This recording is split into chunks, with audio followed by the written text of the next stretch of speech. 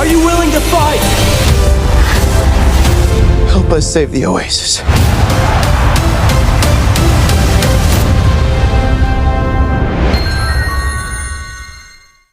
Halo Besti, gimana nih kabarnya? Semoga sehat dan bahagia selalu ya. Kali ini gue mau ceritain alur film yang berjudul Ready Player One.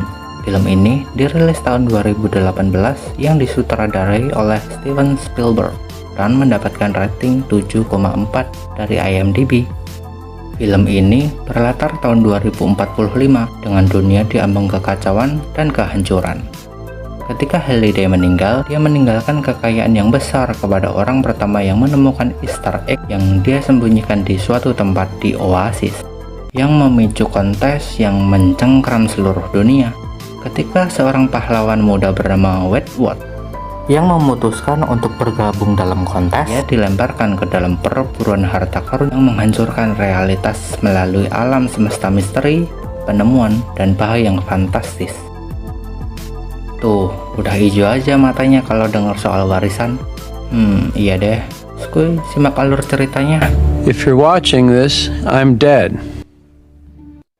Columbus, Ohio, tahun 2045. Seorang ABG yatim piatu bernama Wedgwood lahir di tahun 2027 dan tinggal bersama budenya di rusun yang kumuh. Tapi dia beruntung banget tuh, udah lahir di zaman dengan perkembangan teknologi yang luar biasa.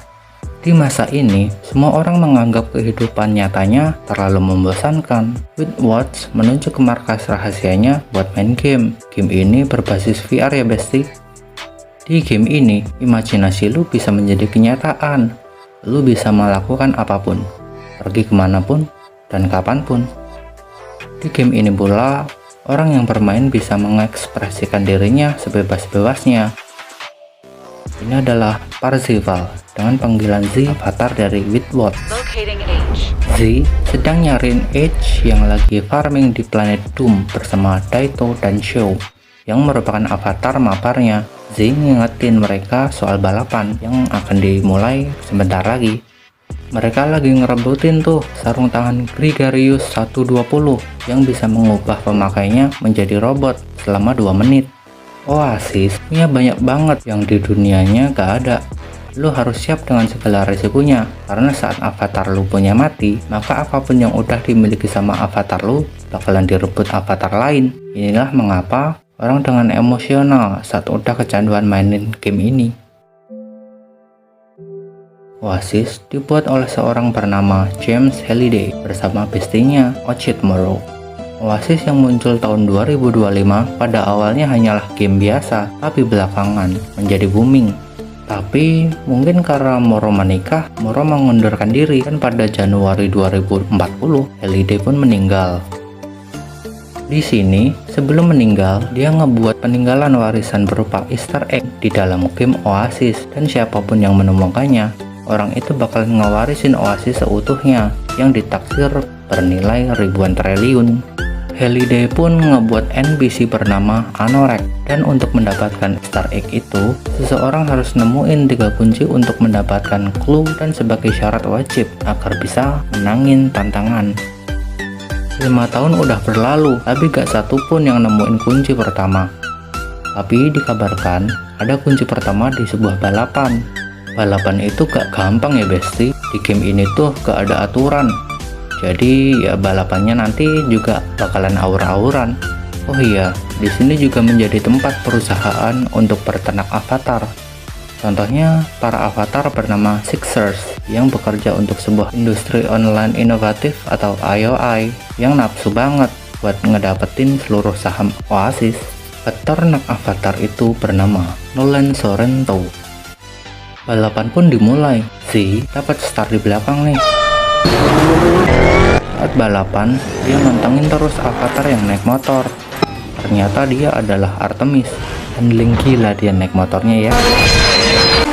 Di balapan ini tuh banyak banget rintangannya, baik dari lintasannya, bahkan jebakannya, para avatar lain, bahkan sampai karakter-karakter film pun menjadi problem dalam balapan ini. Saat Z hampir finish, dia dihadang sama King Kong.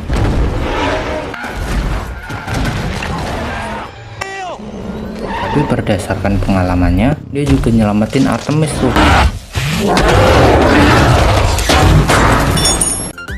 Artemis pun kesel karena motornya remek. Lalu Z ngajakin Artemis ke bengkel Edge. Di sini Edge ternyata buka las-lasan guys. Di sono Artemis masih kesel because ditahan sama Z sewaktu hampir finish. Dia gak mau tuh kalau IOI dapetin Oasis, karena menurutnya dunia akan hancur kalau itu terjadi. Saat Z lockout dan balik ke rusun, dia langsung dihajar sama pacar budenya karena dia kalah setelah main pakai sarung jelek milik Watts. Watts kesel kan, terus dia main Oasis lagi dan dateng tuh ke Holiday Journey buat nyariin petunjuk dan ngeliat semua isi kegiatan semasa hidup Halliday. Di sana adalah pusat dari hal-hal yang berhubungan dengan Halliday semasa hidup dan game Oasis. Singkatnya, Z dapat wangsit tuh, dan esok harinya dia ikut balapan lagi. Saat balapan, Z gak ngegas maju mobilnya, tapi malah mundur secepat-cepatnya. Dan lalu dia pun melaju tanpa hambatan. Akhirnya dia pun finish. Setelah sekian lama, akhirnya ada yang menangin balapan ini. Lalu Anorex pun nongol dan ngasih kunci yang pertama dan hadiah 100.000 recehan.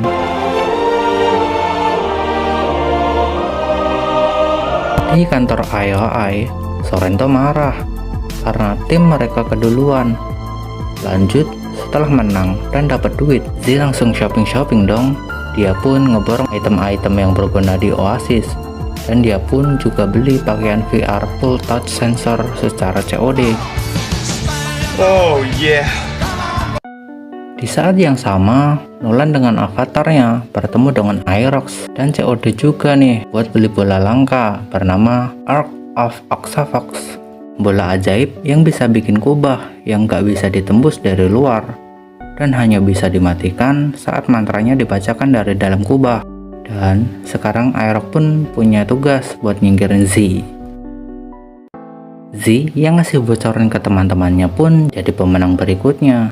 Z jadi famous nih sampai harus nyamar segala.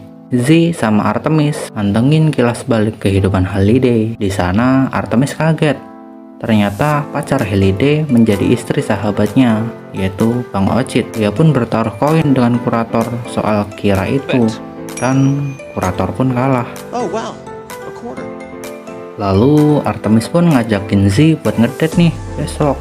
Di saat kebingungannya soal outfit, Edge memperingatin Z yang harus waspada dengan orang yang ditemuinya di dunia maya. Tapi karena dasar batu berkepala avatar, Z gak dengerin Edge tuh. Think about that. Setelah sampai di tempat yang dituju, Artemis ngajakin buat berdansa. Tapi mereka gak tahu tuh kalau mereka diawasi sama Aerox. Z yang tertarik sama Artemis pun ngajakin buat meet di dunia nyata, tapi malah kebablasan sampai membuka identitas aslinya. Aerox pun tahu dan langsung pasukan IOI datang buat ngegerebek mereka. Bergelut dong di sana.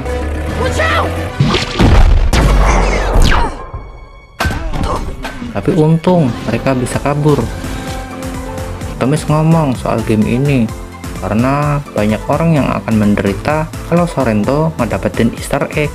Di kehidupan nyata, Woods mulai diawasin tuh sama penculik dan dapat surel dari Sorrento yang ngajakin meet juga. Z pun hadir di perusahaan dalam bentuk hologram. Dia kagum sama kursi game mewah milik Sorrento dan gak sengaja ngebaca kode login Sorrento. Di sana dia ditawarin tuh kerjasama dan bakalan dikasih loyalty tahunan kalau mau.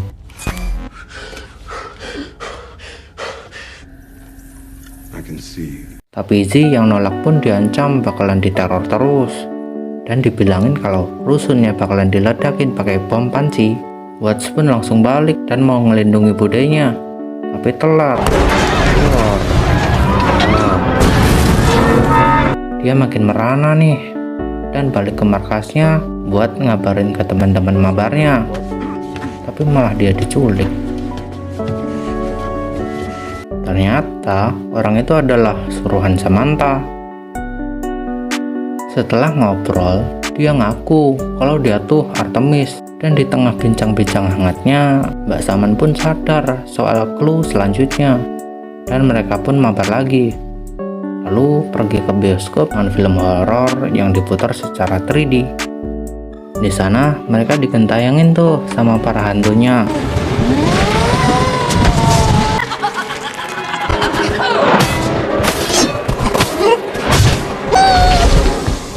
Lalu Edge menyadari clue berikutnya dan mereka pun pergi ke ruang dansa. Saat Artemis nyoba buat nyelamatin Kira yang digeng sama para hantu, teman-temannya pun langsung terusir.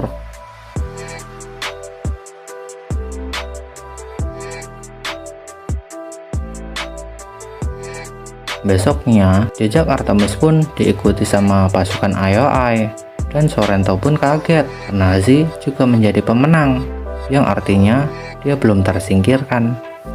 Di saat Mbak Saman dan Watts sedang mempelajari buku arti mimpi, Ron dari IOI pun bertamu dan menyerang mereka. Watts pun disuruh kabur duluan, dan Mbak Saman pun bilang kalau dia mau nyusul. Malah dia kegaruk karena dia punya banyak utang yang belum lunas. Saat kabur, Watts ketemu nih sama teman mabarnya yang bernama Helen dengan avatar Edge-nya, Toshiro sebagai Dashito, dan Show sebagai Show. Saat ini, IOI udah mecahin petunjuk yang ketiga. Scene memperlihatkan Mbak Saman yang ditahan di sebuah ruang game. Dia dan avatarnya sama-sama di penjara nih. Di sana, Artemis dipaksa kerja bagai kuda di planet Doom. Sementara pasukan IOI diperintahkan untuk nyelesain game jadul kesukaan Halliday. Sorrento pun meminta Airok buat ngaktifin kubah dari bola Ark of Oxavox. Di dunia real, Watt dan Toshiro berhasil masuk ke dalam ruang game milik Sorrento. Di sini, yang dilihat sama Sorrento adalah dunia real, tapi gak sadar kalau sebenarnya Sorrento masih ada di Oasis. Sorrento pun diancam kalau gak ngasih tahu di mana Mbak Saman. Setelah itu, Mbak Saman dibebasin sama Toshiro. Saat terbebas, dia berencana tuh buat ngebuka kubah dari dalam. Dia juga meminta Z buat ngumpulin massa dan membawanya ke planet Doom. Sorrento pun segera sadar dan tahu rencana mereka dan pergi ke ruang tahanan Mbak Saman. Gak lama kemudian, para avatar pun berduyun-duyun dan datang ke planet Doom dan bergelut di sana. Saat kubah Ark of Oxavox berhasil dibuka, Mbak Saman nemuin Z dan ngasih tahu kalau pasukan Sixer udah nemuin game yang dimaksud. Di dunia nyata, anak buah Sorrento lagi nyariin nih mobil yang dipakai sama Z dan teman-temannya buat menghentikan mereka secara langsung dari dunia nyata. Para avatar bertempur dan mengorbankan semua koin dan level yang mereka sudah capai agar Oasis gak dimenangin sama IOI. Lalu Sorrento pun pakai tuh skin armornya, yaitu Mega Godzilla. Dan dengan sarung tangan ajaibnya, Toshiro berubah menjadi robot Gundam RX selama 2 menit.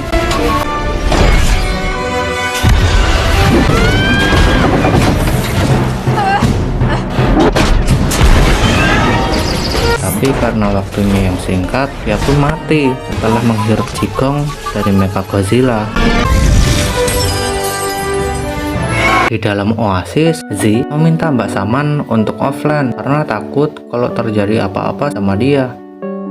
Dan Z pun membunuh IOI Mbak Saman agar dia bisa kabur. Z dengan cepat OTW ke tempat game konsol buat ngeberhentiin IOI dari kunci terakhir. Tapi saat lagi ngelihat apa yang terjadi setelah IOI memenangkan gamenya, dia malah langsung terjeblok dan gak dapetin kunci yang terakhir. Saat Z mau nyobain untuk mainin konsol, Sorrento dan Aerox pun datang dan nawarin lagi tuh buat nukerin kunci-kuncinya dengan uang yang banyak di dunia real. I give you 50 million. Z pun nolak lagi dong, dan Sorrento pun mengancam akan membunuh semua avatar di planet Doom dengan bom katalisnya. Z pun tetap gak peduli dan bergelut dengan Sorrento.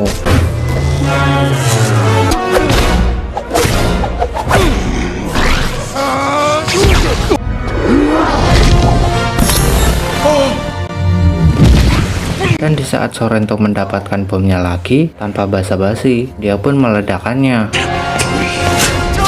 dan membuat semua player menjadi offline.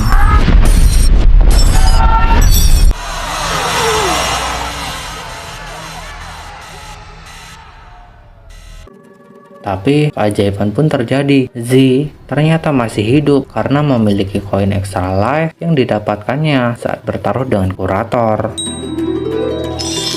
Thanks, Curator. Sorrento yang tahu pun jengkel. Dan aksi Z yang sedang memainkan konsol pun di mode streaming karena Halliday ingin semua orang melihat pemenang dari kontes yang ia ciptakan.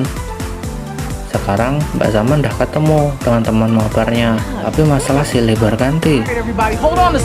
Sorrento dan anak buahnya pun menemukan mereka. Dan di Oasis, saat Z berhasil mendapatkan kunci terakhir, mobilnya ditabrakin sama komplotan Sorrento.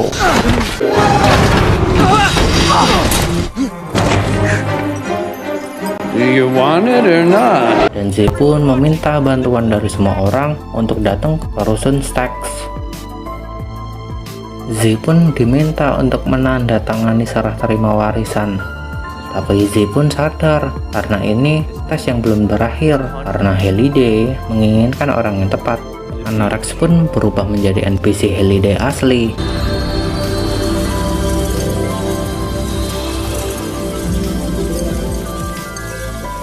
Di sana Z dikasih lihat masa kecil Halliday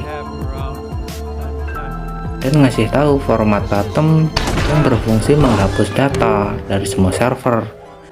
Dan sekarang sudah waktunya Z mendapatkan Easter eggs dan memenangkan kompetisi serta menjadi pemilik tunggal Oasis. Sorrento pun dihadang oleh para warga dan langsung ditangkap polisi karena kejahatannya.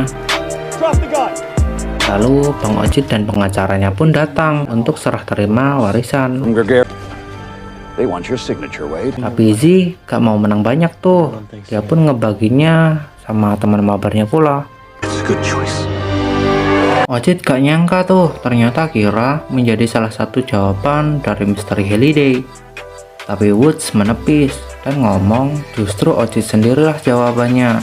Karena Halliday rela berkorban agar tidak kehilangan orang yang dimaksud, yang adalah sahabatnya sendiri, yaitu Ojit Moro. Woods juga berencana tuh buat nutup akses beberapa hari dalam seminggu agar para manusia bisa kembali menikmati kehidupannya di dunia nyata. Kemudian itulah akhir dari film Ready Player One.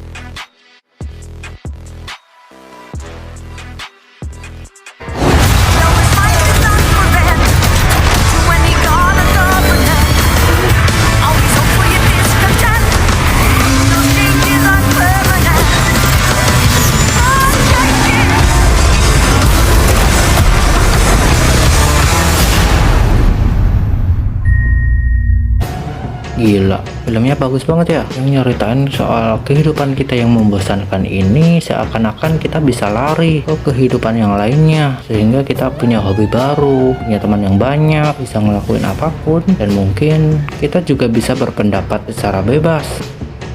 Di film ini kita bisa ambil pelajaran, yaitu dengan jangan mudah percaya sama orang lain, apalagi kalau kita belum pernah kenal, mana di dunia game pula tuh. Dan yang pasti jangan mudah terbuai sama saingan lu punya. Tetap semangat ya sampai tujuan akhir lu. Oke deh, jangan like ya kalau gak suka, tapi bantu share lah ke teman kalian. Dan kalau mau request film yang pengen gue bahas, boleh banget loh tulis di komen. Sampai di sini konten gua. Salam dari gue. Yowo.